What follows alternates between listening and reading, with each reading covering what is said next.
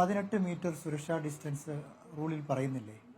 ഈ ജില്ലാ കളക്ടർ കൊടുത്ത ലൈസൻസിലും അതെല്ലാം പറയുന്നുണ്ട്. അതിൽ 12 മീറ്റർ സേഫ്റ്റി ഡിസ്റ്റൻസും അത് പറയുന്നുണ്ട്. അതുപോലെ തന്നെ ഇതുപോലുള്ള പൊതു തുറസായ സ്ഥലങ്ങളിൽ ഫയർ വർക്ക്സ് മാനുഫാക്ചർ ചെയ്യാൻ ഒക്കൂ? നിങ്ങൾ ചിന്തിച്ച് നോക്കൂ. ഇത്രയും തുറസായ സ്ഥലത്ത് ആരെങ്കിലും ഫയർ വർക്ക്സ് മാനുഫാക്ചർ ചെയ്യൂ?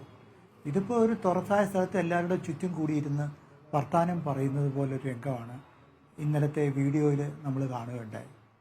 അപ്പം ഇത് violation of man made disaster എന്നേ എനിക്ക് പറയാൻ സാധിക്കത്തുള്ളൂ.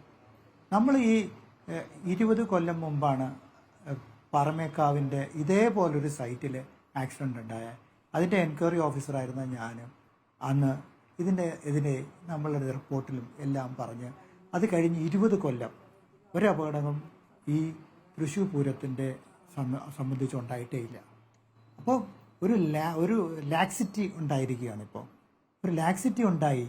അപ്പോൾ അതിനാണ് ഈ അപകടങ്ങൾ ഉണ്ടായത്. ഒരു കാര്യം ശ്രദ്ധിക്കുക, തൃശ്ശൂർ പൂരത്തിൻ്റെ വെടിക്കെട്ട് നടക്കുന്ന സ്ഥലങ്ങളിൽ ഇതുവരെ ഈ 20 കൊല്ലത്തിനിടയിൽ ഒരു ആക്സിഡൻറ്റും സംഭവിച്ചില്ല. വളരെ സ്ട്രിക്റ്റായിട്ട് ജില്ലാ ഭരണകൂടവും പെസോയും എല്ലാം ഞാൻ 16 വർഷത്തോളം വേണുഗോപാൽ, ഇപ്പോൾ തൃശ്ശൂർ പൂരവുമായി ബന്ധപ്പെട്ട ഒരു വെടിക്കെട്ട് അപകടം ഉണ്ടായാൽ അവിടെ നമ്മൾ കൊടുക്കുന്ന ശുപാർശകൾ എന്ന് പറയുന്നത് ഇത്തരം പ്രവൃത്തികൾ ചെയ്യുന്ന എല്ലായിടത്തും ബാധകമാകണ്ടേ? ആ ഒരിടത്തേക്ക് മാത്രമല്ലല്ലോ. ഈ സുരക്ഷാ മുൻകരുതലുകൾ ഉണ്ടാകുന്നത് ഇത്തരം നിർമ്മാണ പ്രക്രിയ നടക്കുന്ന എല്ലായിടത്തും ബാധകമാകണ്ടേ? തീർച്ചയായിട്ടും. അതല്ലേ പുത്തുങ്കൽ ആക്സിഡന്റ് നടന്നത് ഒരു ഫയർവെയർ ഡിസ്പ്ലേ സൈറ്റിലാണ്. ഈ അപകടം നടന്നത് മാനുഫാക്ചറിങ് സൈറ്റിലാണ്. ഇതിൻ്റെ എല്ലാത്തിൻ്റെയും കേന്ദ്ര ഗവൺമെൻറ് നിയോഗിച്ച പുത്തുങ്കൽ എൻക്വയറി കമ്മീഷൻ അതിൻ്റെ ശുപാർശകൾ കേന്ദ്ര ഗവൺമെൻറ് സമർപ്പിക്കുകയും അതനുസരിച്ചിട്ട് അവർ ആ കഴിഞ്ഞ 2024 എക്സ്പ്ലോസീവ്സ് അമെൻമെൻറ്റിൽ ഈ ശുപാർശകൾ നടപ്പിലാക്കുകയും ചെയ്തു. അപ്പോൾ അതിലാണ് പുതുതായിട്ടുള്ള നിർദ്ദേശങ്ങളെല്ലാം തന്നെ വന്നിട്ടുണ്ട്.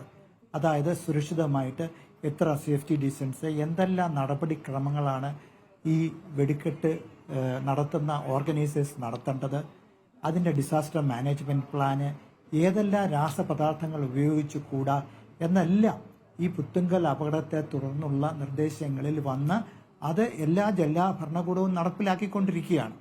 അപ്പോഴാണ് ഇവിടെ മാനുഫാക്ചറിങ് സൈറ്റിൽ ഒരു അപകടം ഉണ്ടാകുന്നത്. അതും ഒരു വളരെ വലിയ ഒരു വയലേഷനാണ്.